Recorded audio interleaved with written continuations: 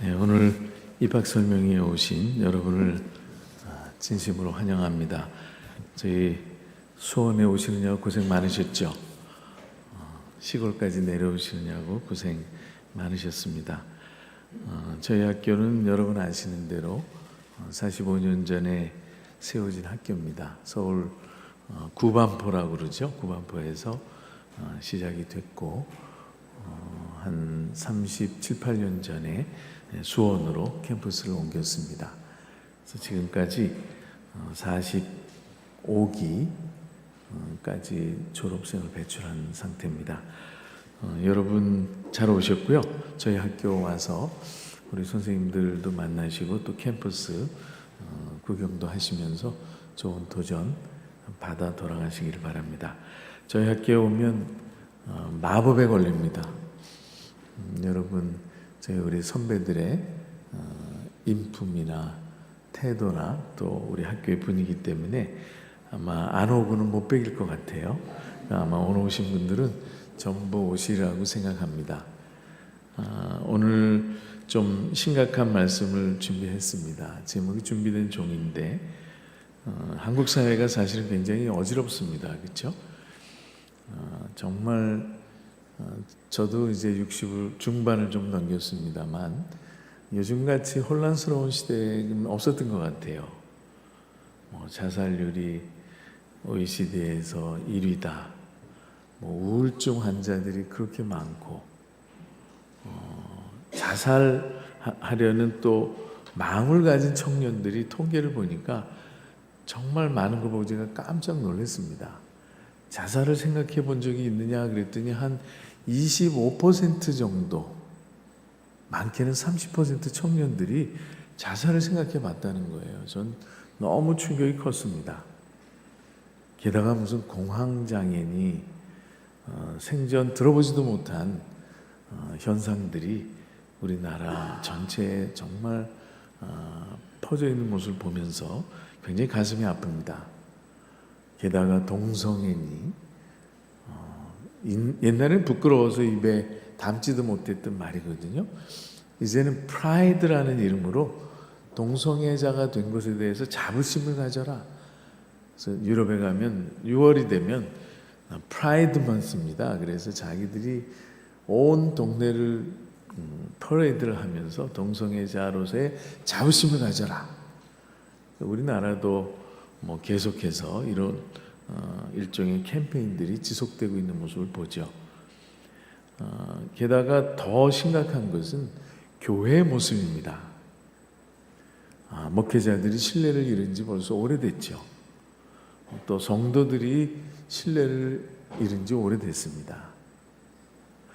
세상 사람들이 타락하는 것은 당연한 일입니다. 로마 시대에도 있었고 구약 시대에도 있었습니다. 소돔과 고모라에도 동성애는 있었죠. 로마 제국 안에도 동성애가 있었습니다. 현 시대에도 정말 우리가 상상할 수 없을 정도의 많은 사람들이 동성애자가 됩니다. 세상 사람들은 그럴 수 있습니다만 문제는 교회 안에 그러한 현상들이 침투해 오고 있다는 것이 커다란 위기라고 생각을 합니다. 우리 한국교회가 이미 신뢰를 잃은 지 오래됐죠. 청년들에게 물었습니다. 당신이 만약에 종교를 갖는다면 어떤 종교를 갖겠습니까? 45%에서 50% 정도의 젊은이들이 불교를 갖겠습니다. 불교를 믿겠습니다. 그랬고요. 한 20에서 25% 정도 청년들이 카톨릭을 가서 카톨릭 신자가 되겠습니다. 죄송하지만 우리 개신교를 믿겠다는 사람은 6%에서 7% 정도밖에 되지 않습니다. 우리 개신교의 신뢰도가 정말 바닥에 떨어져 있는 것을 우리가 봅니다. 종교개혁 시대에 우리 로마 카톨릭의 종교적인 타락상, 신학적인 오류는 물론이거니와 그 당시의 도덕적인 삶은 정말 비참했죠. 제가 여기서 이루 말할 수 없을 정도의 타락상들이 있었습니다. 수도 원근방에 사생아들이 그렇게 많았고, 그래서 어떤 분은 고아원이 그 사생아를 위한 시설이었었다 이렇게 언급할 정도로 정말 종교적인 타락이 심했습니다. 매관매직이 성행했죠. 그 당시에 주교 자리를 놓고 또는 지금으로 말하면 목사님들이 되기 위해서 금품을 쓰고 이런 일들이 있었는데, 제가 알기로는 지금도 많은 교단에서 그런 일들이 벌어지고 있다고 듣고 있습니다. 정말 심각한 것은 기독교의 몰락이고 타락이라고 생각을 합니다. 그런데 하나님께서 종교적인 타락이 있을 때마다 종들을 예비해 주셨습니다. 여러분 잘 아시는 대로 사사시대에는 사무엘이라는 선지자를 예비해 두셔서 개혁을 이루어 나가셨고요. 선지자들을 통해서 포로 전에는 수많은 선지자들을 통해서 하나님의 메시지를 전달하면서 사회를 끊임없이 개혁하는 일들을 진행해 오셨습니다. 그런가 하면 포로 시대 이후에 오늘 등장하는 인물 에스라 같은 인물을 통해서 개혁을 주도하셨습니다. 중세 암흑기가 지나고 16세기에는 루터 같은 인물들을 예배해 두셔서 종교개혁을 이루어 오셨습니다. 칼빈, 즈빙글리, 부처, 웨콜람파디우스, 여러분들이 알고 있는 수많은 종교개혁가들이 하나님의 말씀에 붙들려서 종교개혁을 이루어냈습니다. 하나님께서 어려울 때마다 귀한 종들을 예배해 두시는데요, 그 종들의 공통적인 특징은 말씀의 종이었습니다. 적어도 성경 말씀에 정통한 종들. 물론 루터나 칼빈 같은 사람들은 천재지요. 저희들 10명이 연구해도 평생 연구해도 연구할 수 없는 양들을 불과 몇십 년 안에 연구해내신 정말 탁월한 천재들이십니다. 하나님께서 이 시대에도 그러한 말씀의 일꾼들을 찾고 계신다는 것, 정말 한국교회를 새롭게 하고 세계교회를 또 우리 특별히 한국 사회를 개혁하기 위해서는 말씀의 종들이 필요하다. 여기 에스더의 특징을 간략하게 11절에 보면 이렇게 기록해 놨습니다. 여호와의 계명의 말씀과 이스라엘에게 주신 율례 학자요 학자 겸 제사장인 에스라에게 아닥사스다 왕이 내린 조서의 초본은 아래와 같으니라. 율례 학자였었고 제사장이었던 에스라, 하나님께서 성전을 완공하고 나서 포로기 적어도 50년에서 70년 동안 신앙을 잃고 이방 땅에서 살아온 백성들, 또 남아있을지라도 율례대로 살지 못한 이스라엘 백성들을 위해서 한 임무를 준비하셨죠. 어떻게 하나님께서 이렇게 비밀스럽게 한 종을 예비하셨는지는 정확히 알 수는 없습니다. 율법, 적어도 토라에 관한 하는 박사님이셨다 이렇게 기록되어 있습니다. 이것은 스스로 자칭 박사가 아니라 왕이 인정할 정도의 박사였습니다. 다시 말하면 객관적인 인정을 받은 율법학자였습니다. 그 당시에 수사에 살고 있었던 이 에스라가 어떻게 이 말씀을 철저히 준비했는지 저는 자세히 책을 아무리 봐도 정보가 없어서 찾을 수가 없었는데, 나중에 우리 김진수 박사님이나 우리 구약 선생님들께 한번 여쭤보십시오. 어떻게 율법을 이렇게 철저하게 공부할 수 있었는지. 어쨌든 과정은 저는 알 수 없습니다만 분명한 것은 말씀에 관한 하는 박사였었다. 이분이 세상적인 지식을 많이 가졌는지 그렇지 않은지는 저는 모르겠습니다. 세상 학문에 얼마나 탁월한 업적이 있었는지 저는 모르겠습니다만 분명한 것은 말씀에 관한 박사였었다. 하나님께서 역사의 구비구비마다 말씀의 종들을 들어서 물꼬를 트셨다는 사실을 기억해야 됩니다. 바로 이 시대가 그런 일꾼들이 필요한 시대입니다. 오늘 아까 오신 분들 보니까 한 40명, 50명 되는 것 같은데요. 바로 이제 여러분들이 그 사역을 감당하셔야 됩니다. 우리 합동신학대학원 대학교는 그런 일꾼들을 키우는 학교입니다. 많은 목회자들이 제가 볼 때 그렇습니다. 교만해서 하는 말은 아니고요. 아직도 기독교가 무슨 종교인지 모르는 분들이 많은 것 같아요. 무당과 목사를 구별을 못해요. 하나님을 섬긴다는 것과 자기를 위해서 하나님을 동원한다는 사실을 구별을 못해요. 내가 과연 하나님을 위해서 살고 있는지 아니면 내 삶을 위해서 하나님을 동원하고 있는지 구별을 못하는 목회자들이 정말 많아요. 적어도 우리 합동신학대학원은 그런 사람들을 배출하는 것을 원치는 않습니다. 하나님을 위해서 목숨까지 내걸 수 있는 종들을 키우는 학교입니다. 나의 명예와 부와 안락을 위해서 하나님을 동원하는 종들이 아니라 하나님을 위해서라면 죽는 데까지 갈 수 있는 종들을 키워내는 학교가 합동신학대학원 대학교입니다. 우리 박윤선 박사님 설립자신데요. 늘 저희들에게 이런 말씀을 하셨습니다. 당신들 가운데 하나님의 이름을 빙자해서 이 세상에서 유명해지고 싶은 사람 당장 그만두시오. 당신들 가운데 하나님의 이름을 사용해서 부하게 살고 싶은 사람 당장 그만두시오. 다음 학기에는 학생들이 좀 줄었으면 좋겠습니다. 가짜들은 다 가라는 말이죠. 세속적인 관심과 욕심을 갖고 우리 합동신학대학원에 왔다면 그런 사람들은 당장 그만두십시오. 우리 스승이신 박윤선 박사님의 외침이 지금도 생생합니다. 앞에 여기 지사충성이라고 쓰신 거 보셨나요? 로비에? 그 정도 한문은 여러분 읽어내시죠?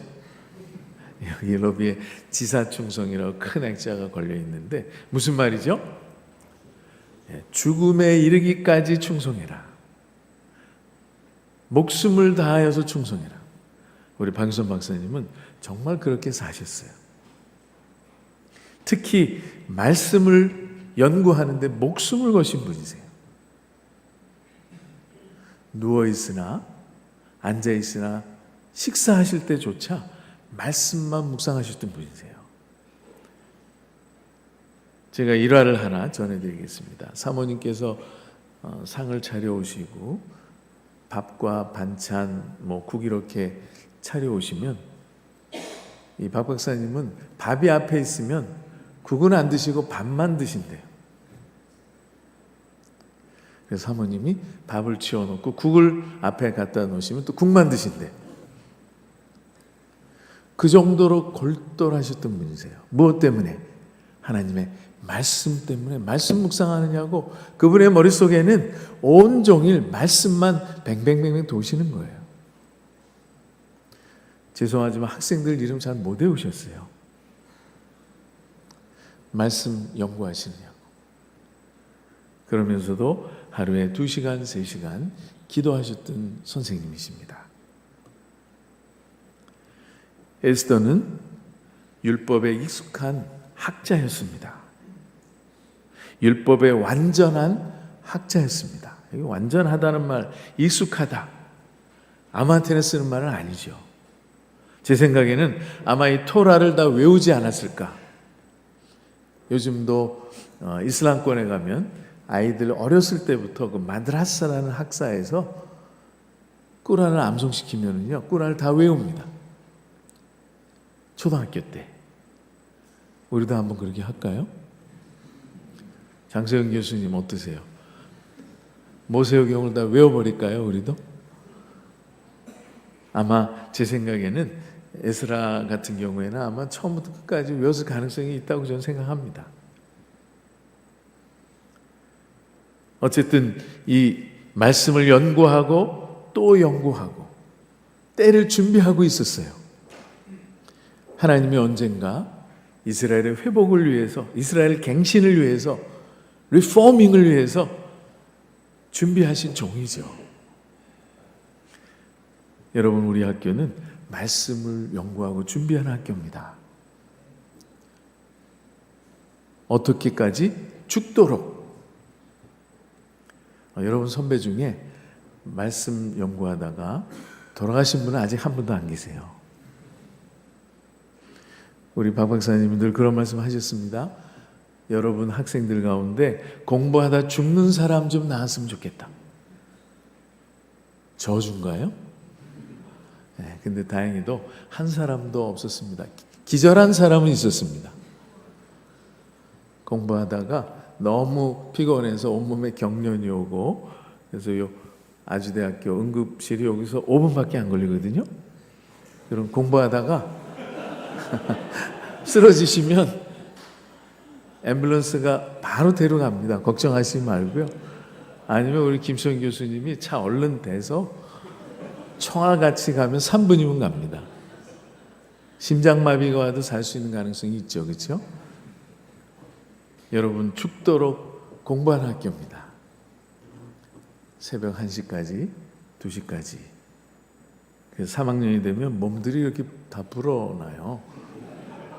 그 이유를 제가 분석해 보니까 야간에 공부하냐고 치킨을 그렇게 시켜, 밤마다 오토바이가 왔다 갔다 하거든요.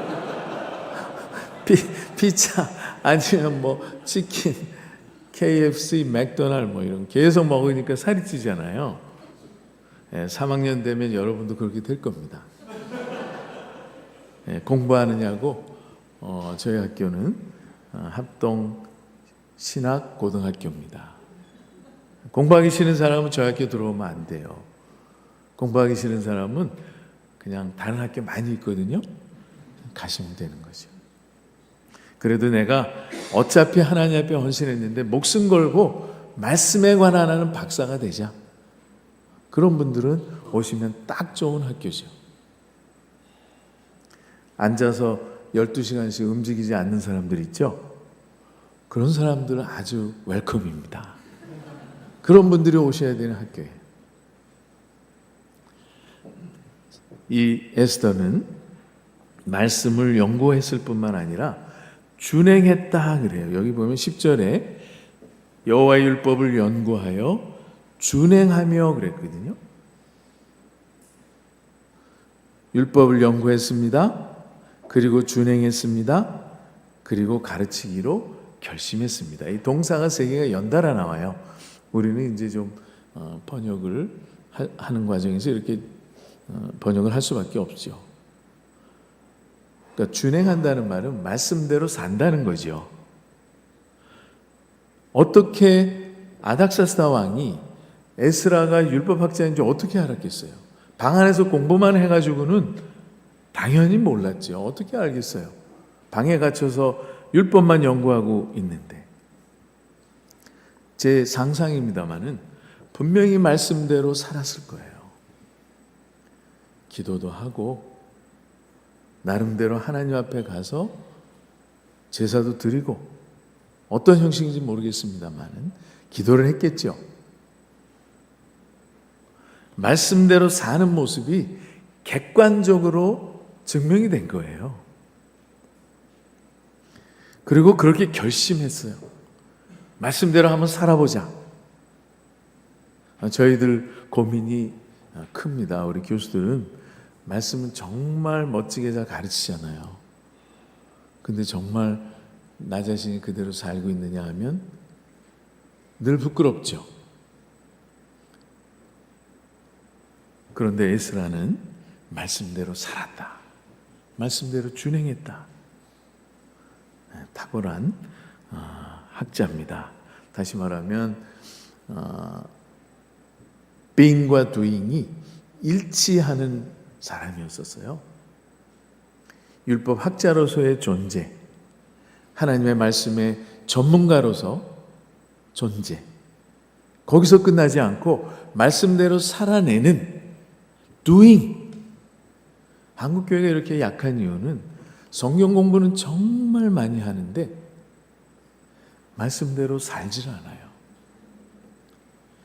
그래서 교회에 나오지 않는 신자들, 우리가 가나안 신자들이죠. 가나안 신자들에게 묻습니다. 당신이 왜 교회를 떠났습니까? 이유의 한 반은 자기 개인적인 사정 때문에 떠났습니다. 반은 목회자와 성도들 때문에 떠납니다. 우리가 성도로서의 존재 부인할 수 없죠. 예수 그리스도를 개인적으로 영접하고 고백했으니까 우리 크리스찬이에요. 문제는 크리스찬으로서 살아내지 못하는 데 있는 겁니다. 네, 에스더는 살기로 작정을 했어요. 말씀대로 살기로. 그래서 우리 교훈 중에 하나가 바른 생활이잖아요. 바른 신학, 바른 교회, 바른 생활. 바른 생활은 말씀대로 사는 삶을 이야기합니다. 우리 고린도전서 9장 27절 말씀 한번 띄워주시면 좋겠습니다.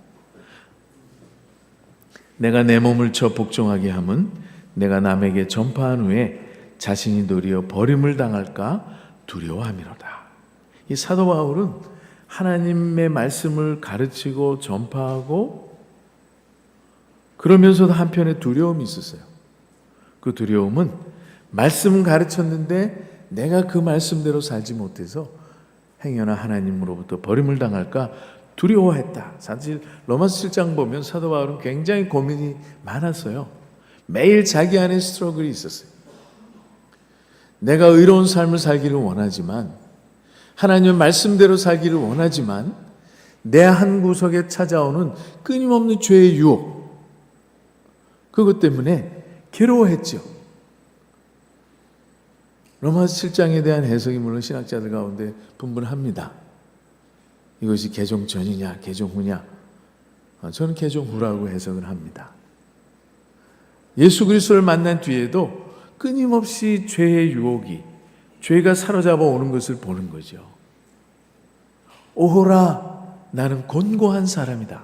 누가 나를 이 죄가 지배하는 몸으로부터 나를 해방시킬 것이냐.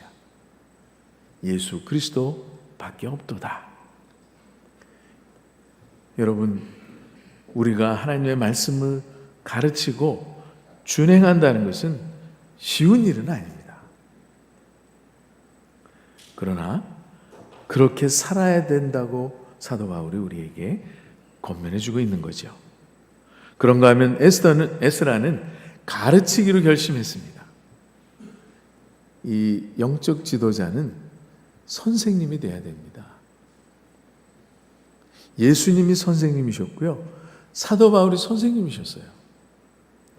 여기 오신, 오늘 처음 오신 우리 손님 여러분들도 선생이 될 각오를 하셔야 돼요. 만약에 내가 목회자가 되고 싶다, 아니면 선교사가 되고 싶다, 이런 분들은 선생이 될 준비를 하러 오시는 거나 마찬가지입니다.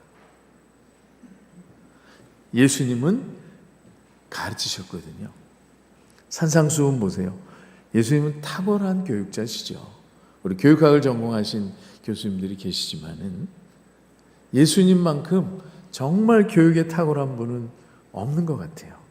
아주 평이하면서도 그 안에 깊은 메시지를 담아서 가르치는 예수님의 스킬이 정말 탁월합니다. 그래서 마태는 예수님의 사역을 세 가지로 기록하면서 4장과 9장에 이렇게 얘기합니다. 예수님은 teaching 하셨고, propagating 하셨고, 힐링 하셨다. 이 세 단어로 예수님의 그 갈릴리 전도 여행을 요약하거든요. 첫 번째 단어가 teaching이에요. 예수님 가르치신 거예요. 하나님 나라가 무엇인지, 어떤 것인지, 어떻게 너희들 구원을 얻어야 되는지 가르치셨거든요. 여러분들은 티처가 되셔야 돼요. 에스라가 가르치기로 결심했습니다. 바울도 가르쳤죠. 나중에 헬라어를 배우시면 이제 이해가 더 쉽겠습니다만 디다스코라는 말이 제일 많이 쓰죠. 가르친다. 바울은 거기서 한 단계를 더 전진해서 디알레고마이 했다 그래요. 디알레고마이는 영어로 dialogue, 대화하면서 reasoning 하면서 정말 그런가 따지기도 하고 반문도 하고 끊임없이 설득하는 과정을 디알레고마이 이렇게 표현하고 있는 거죠. 그런가 하면 페이더라는 말도 쓰거든요. 페이더라는 말은 영어로 persuasion, 설득하는 거예요. 구약에 이런 게 있는데 내가 믿고 있는 이러이러한 분의 해석은 잘못됐어. 설득하는 거죠. 잘못된 거 계속 설득하고 correction, 고쳐주는 거죠. 그런가 하면 마르투레오라는 말도 써요. 증인이 된, 자기가 깨달은 거 본 것을 그대로 전달하는. 디모데전서 4장 13절 말씀을 한번 봅니다. 내가 이를 때까지 읽는 것과 권하는 것과 가르치는 것에 전념하라. 세 가지를 디모데에게 바울이 요구했는데요. 읽는 것, reading. 여러분 하나님의 말씀을 끊임없이 읽으셔야 됩니다. 다른 책은 죄송하지만 덜 읽으셔도 용서받을 수 있습니다만 주의 종들이 하나님의 말씀을 읽는데 게으르다는 것은 죄지요. 자기 직무를 유기하는 겁니다. 다시 말하면 연구하는 거죠. 하나님의 말씀을 끊임없이 연구하는 거예요. 언제까지? 주님 앞에 가는 날까지. 죽을 때까지 공부하는 습관을 여러분들이 몸에 익히셔야 됩니다. 권하는 것, 이건 뭐 격려하는 것도 될 수 있고 성령이 우리를 권면하는 것 또는 이렇게 살아야 된다라고 영어로 얘기하면 exhorting 한다 그러거든요. 계속해서 교정해 주는 행위. 그리고 가르치는 것에 전념하라. 그냥 대충 하라가 아니라 전념해라. 프로사케라는 말을 쓰거든요. 마치 마약 환자들이 마약 없이 살 수 없어서 매일 매순간 마약을 찾듯이. 좀 사례가 좀 섬뜩하죠. 경험을 안 해보셨잖아요, 그렇죠? 그럼 술로 바꿀까요? 이 알코올 환자들이, 알코올 어딕티들이 술 없이 살 수 없죠. 아침에도 술, 저녁에도 술, 점심에도 술. 술 없이 살 수 없는 알코올 중독자들, 마약 없이 살 수 없는 마약 중독자들 같이 말씀에 중독이 되라 그 말이에요. 말씀에 중독이 돼서 말씀 없이는 순간도 못 사는 거예요. 아침에, 점심에, 저녁 때 그냥 말씀과 같이 사는 거죠. 그게 전념하라는 단어의 뜻입니다. 프로세케, 프로세코죠. 원형은 명령형으로 가르치는데 전념해야 된다. 여러분, 개혁을 실천하는 과정이 성경에 기록되어 있습니다. 제일 먼저 시작하는 일이 백성들을 모아서 이스라엘 땅에 가기 전에 다짐을 합니다. 이제 출정식을 해야 되잖아요. 예루살렘으로 가야 되는데 적어도 4만에서 5만이 되는 이 큰 민족을 이끌고 사막을 횡단한다는 것은 굉장히 힘든 일입니다. 저도 뭐 버스를 타고 사막에 한 12시간을 간 적이 있는데요.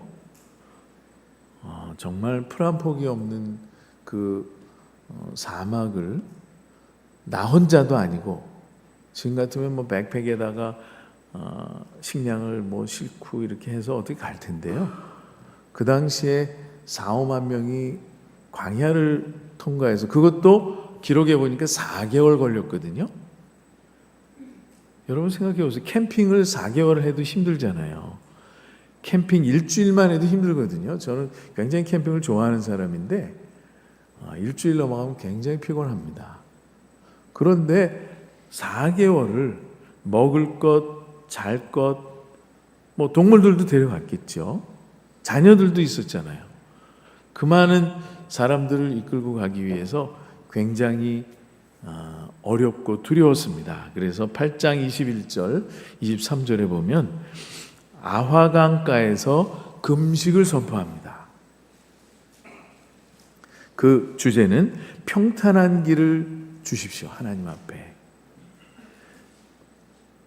개혁의 첫걸음이 힘들었어요. 예루살렘까지 가기도 전에 겪어야 되는 어려움이 있었습니다. 그래서 보병과 마병을 의지하지 않고 하나님을 의지하기로 결정을 합니다. 여러분 그 22절, 8장 22절 보면 이렇게 기록되어 있어요. 길에서 적군을 막고 우리를 도울 보병과 마병을 왕에게 구하기를 부끄러워하였습니다. 무슨 말이죠? 왕에게 구할 수 있었어요. 왜냐하면 여기 말씀 보면 7장 6절에 보면 왕에게 구하는 것은 다 받은지라. 그러니까 왕은 뭐든지 도와준다고 그랬어요. 너 필요하면 거기까지 가는데 4개월 정도 걸릴 텐데 마병도 보내줄 것이고 보병도 보내줄 것이다. 너를 지켜줄게. 근데 에스라가 뭐라고 그랬냐면 저는 마병을 의지하지 않습니다. 저는 하나님을 의지합니다. 대단하죠? 여러분 자신 있으세요? 4, 5만 명을 이끌고 가는데 마병과 보병이 우리를 지켜줘도 그 당시에 뭐 유목민들이니까 유목민들은 약육 강식이거든요. 아무나 보고 쳐들어가서 빼앗고 유목민의 특징이에요. 정처가 없잖아요. 아브라함도 그랬고 다윗도 그랬고 빼앗고 빼앗기는 아주 그 치열한 삶의 현장인데 보병, 마병 필요 없습니다. 그리고 대신 하나님께 금식기도 합니다. 겸비하며 간구했다 이렇게 기록되어 있어요. 21절에 8장 21절 보면 스스로 겸비하고 간구했다. 하나님만 의지한 거죠. 그래서 8장 31절 보면 다 건너고 나서 어떻게 고백하냐 하면 하나님의 손이 우리를 도우사 대적과 길에서 매복한 자의 손에서 건지신지라. 하나님 신실하셨죠. 4개월 동안 산적들로부터 보호해 주신 거예요. 대적들로부터 보호해 주셨어요. 매복한 자의 손이다 이 말은 강도들이 기다리고 있잖아요. 그 당시에 행상들이 다니는 길에는 강도들이 도적들이 기다리고 있거든요. 하나님이 지켜주셨어요. 건져주셨어요. 개혁의 첫걸음은 기도로부터 시작됩니다.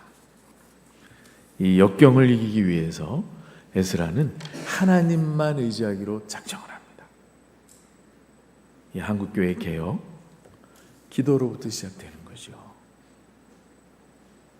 저는 우리 합동신학대학원 대학교가 이 한국교회를 변화시키는 기도의 산실이 됐으면 좋겠다. 그런 바람이 있거든요. 세상 사람들을 의지하지 말고 교단 사이즈 의지하지 말고 교단의 유명한 목사님 자랑하지 말고 우리가 자랑할 거 많죠. 좋은 학자들도 많고 그런 거 다 뒤로 하고 하나님 앞에 겸비하면 하나님께서 우리의 길을 인도하신다 하는 생각을 해봅니다.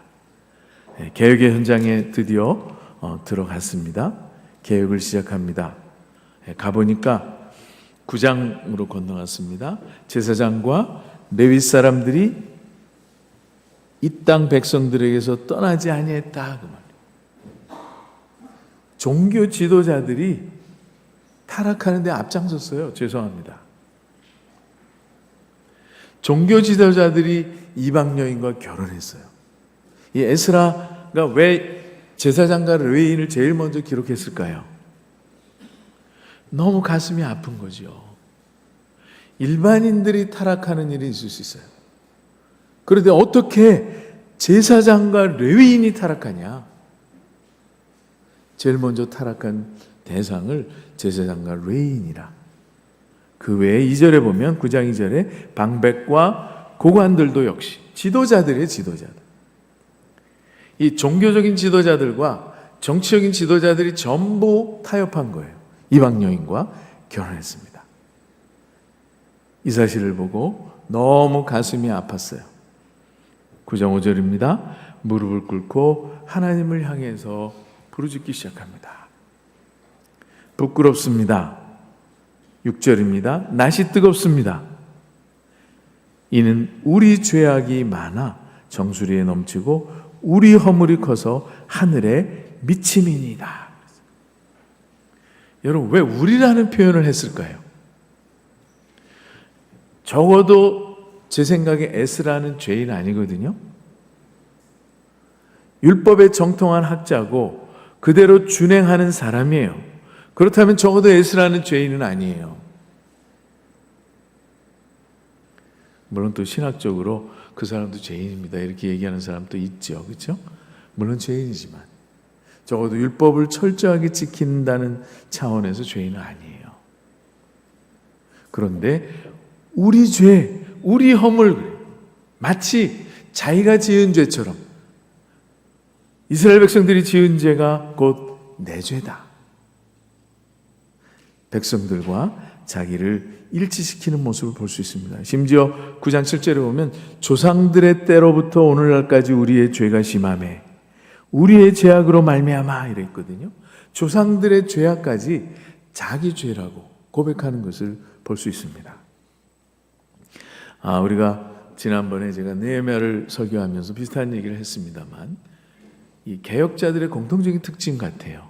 에스라도 그랬고 느헤미야도 그랬고 자기 민족의 죄를 자기 죄라고 고백해요.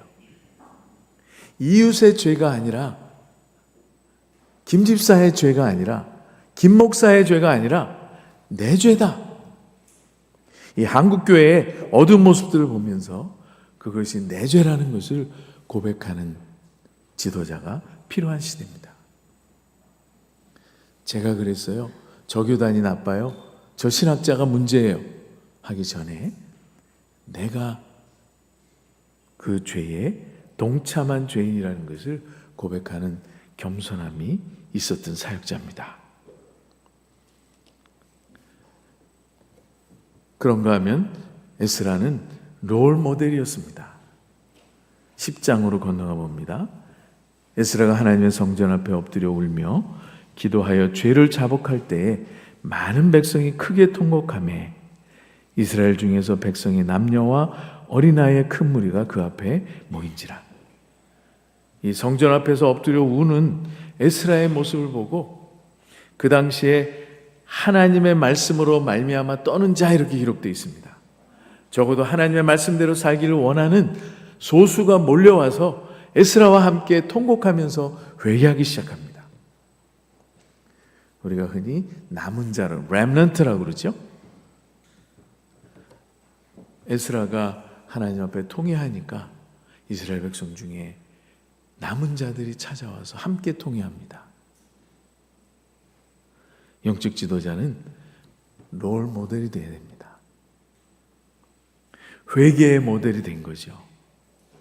하나님 앞에 나가서 회개하는 모델이 된 거예요. 무릎을 꿇고 엎드려서 머리를 뜯으면서 옷을 찢으면서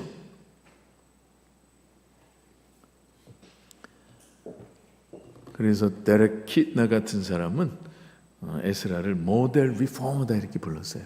모델. 여러분 모델 그러면 옷 입고 걷는 사람들이잖아요. 근데 그런 모델이 아니라 리포머의 모델이에요. 개혁자의 모델. 저는 여러분들이 개혁자의 모델이 됐으면 좋겠어요. 이 시대에 사회적 개혁 타락, 교회의 타락이 심각한 이 시대에 영적인 모델로 살아갔으면 좋겠다 하는 바람이 있습니다. 바울은 디모데전서 4장 12절에 이렇게 기록했습니다. 누구든지 내 연소함을 업신여기지 못하게 하고 오직 말과 행실과 믿음과 정절에 있어서 믿는 자에게 본이 되라. 모델이 되라는 거죠. 디모데가 비록 어리지만 학자들은 40이 안 됐을 것이다. 40을 기준으로 해석한 학자들이 많죠. 어쨌든 이 젊은 디모데에게 사도 바울이 마지막으로 남긴, 제자에게 남긴 교훈 중에 하나는 본이 되라, 모델이 되라, example이 되라. 원어는 여러분 잘 아시는 튀포스라고 기록되어 있어요. example이 되는 거죠. 성도들이 누구를 보고 신앙생활을 하겠어요? 여러분을 보고 신앙생활을 하는 거예요. 왜 한국교회가 이렇게 약해졌겠어요? example이 망가져 있어요. 모델이 망가져 있어요. 망가진 모델을 보고 성도들이 어떻게 건강하게 신앙생활을 할 수 있겠습니까? 모델이 망가졌는데 불가능한 거죠. 여러분, 바른 모델이 되셔야 한국교회가 다시 살아날 수 있습니다. 개혁을 하는데 반대 세력도 있었습니다. 10장 15절로 건너갑니다. 오직 아사엘의 아들 요나단과 디과의 아들 야스아가 일어나 그 일을 반대하고 무스람과 레위 사람 삽부대가 그들을 돕더라. 반대 세력이 있어요. 여러분, 이 개혁을 추진하는 데 있어서 형통한 길만 있는 건 아니에요. 여러분이 하나님의 종으로 헌신하고 모든 걸 다 버리고 이 길을 걷는다고 해서 하나님이 여러분에게 형통한 길만 주시지는 않아요. 반대 세력들이 등장합니다. 심지어 종교인도 있었어요. 레위인. 어떻게 레위인이 이런 거룩한 종교개혁에 동참을 해도 시원치 않은데 반대를 했어요. 우리가 개혁적 삶을 산다는 것은 고난을 각오하는 겁니다. 모든 사람이 큰 길로 갈 때 우리는 좁은 길로 가는 거예요. 모든 신학자들이 큰 길로 갈 때 우리 개혁신학은 좁은 길을 가는 거예요. 모든 신학자들이 동성애를 지지해도 우리 합동신학대학원 신학자들은 반대하는 거예요. 왜? 말씀이 금하니까.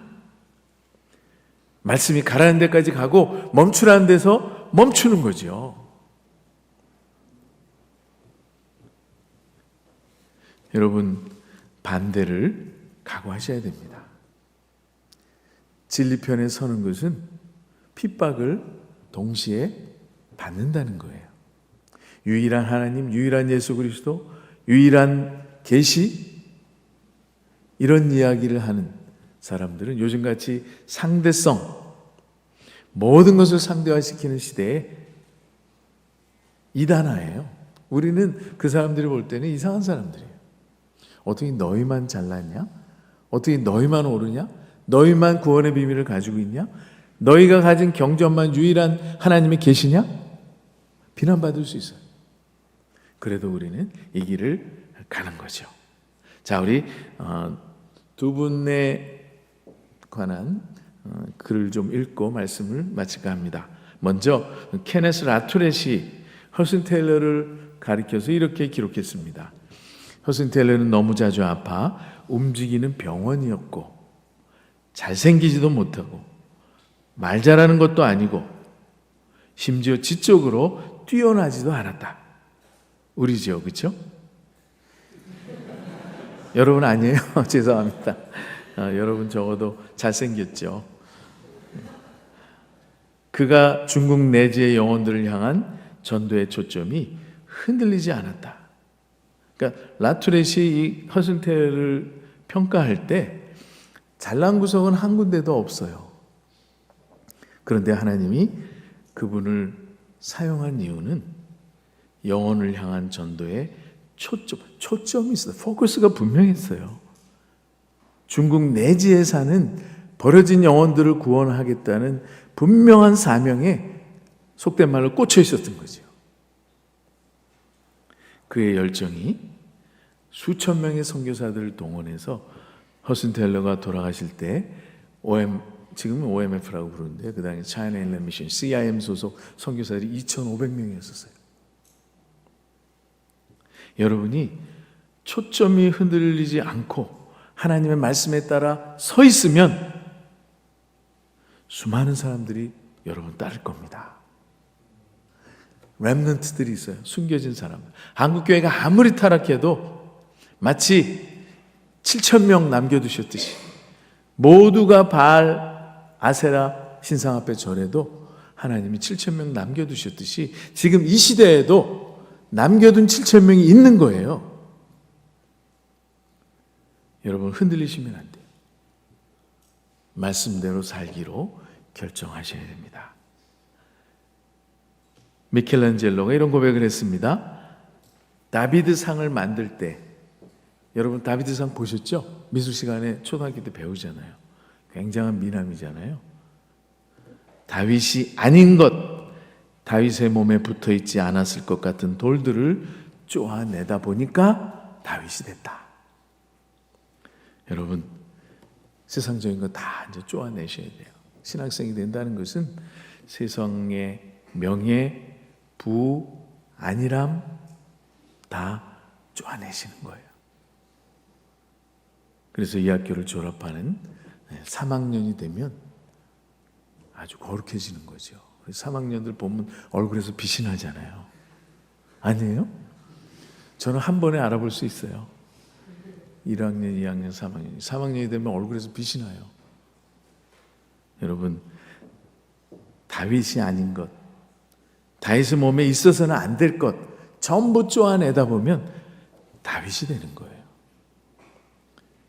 여러분이 가지고 지금까지 지니고 살아왔던 가치들을 하나씩 하나씩 떼어내셔야 돼요. 명예도 떼어내고, 돈 좀 많이 준다고 이리 옮기고 저리 옮기고 그런 거 다 떨쳐내고, 작은 교회에서 오라 그러면 기도해 봐야 됩니다. 그리고 큰 교회에서 오면 할렐루야, 그런 거 다 떨쳐내셔야 돼요. 집 주고 차 주고 월급 얼마 준다 그러면 하나님의 뜻입니다. 가난하고 힘든 교회에서 초청하면 기도해 보겠습니다. 다 떨쳐내셔야 돼요. 떨쳐내면 언젠가 진짜 다윗의 상이 만들어지는 거죠. 기도하겠습니다.